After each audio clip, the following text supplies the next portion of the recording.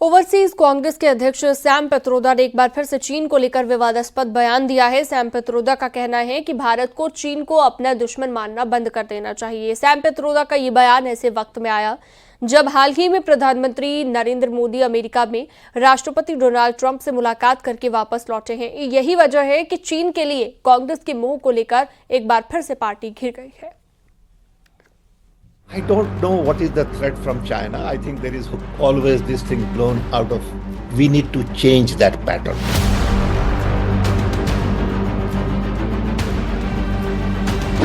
Sam Pitroda ने फोड़ा China बम। चीन के लिए पित्रोदा का जागा प्रेम। सैम पित्रोदा का बयान छिड़ा घमासान। ओवरसीज कांग्रेस अध्यक्ष सैम पित्रोदा एक बार फिर सुर्खियों में है। इस बार उन्होंने चीन के प्रति अपने प्रेम की बौछार की है और सलाह दी है कि भारत को चीन को अपना दुश्मन मानने से इनकार कर देना चाहिए। I don't know what is the threat from China. I think there is always this thing blown out of at times proportion because US has the habit of defining an enemy.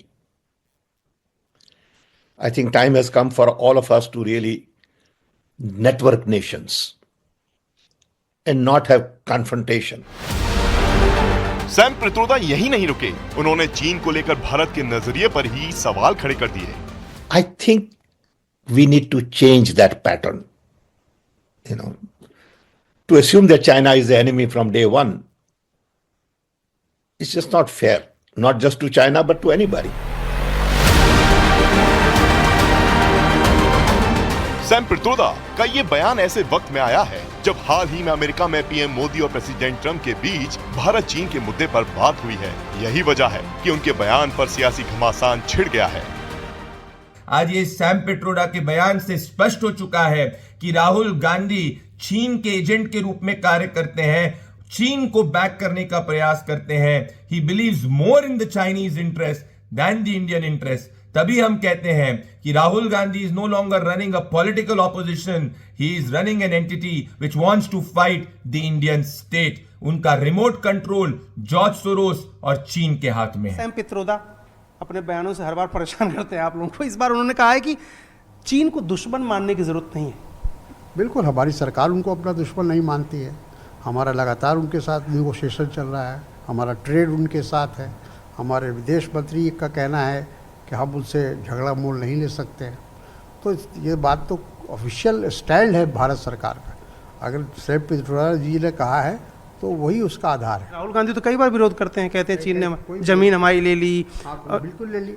जो सच्चाई है वो बात तो कहनी पड़ेगी। कौन लेता है, दुश्मन ही लेता है कि दोस्त लेता है? तो ये तो प्रधानमंत्री को समझना चाहिए ना, अपनी लाल आंख दिखानी चाहिए।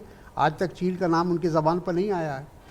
ये कोई पहली बार नहीं है जब सैम पित्रोदा के किसी बयान ने विवादों की लहर को पैदा किया है, लेकिन इस बार मामला चीन से जुड़ा है, इसलिए राजनीतिक हलचल का तेज होना स्वाभाविक है।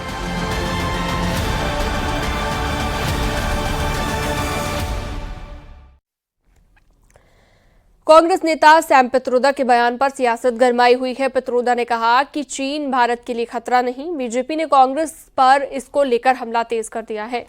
वहीं कांग्रेस ने सैम पित्रोदा के बयान से अपने को अलग करते हुए कहा कि ये सैम पित्रोदा के अपने विचार हैं।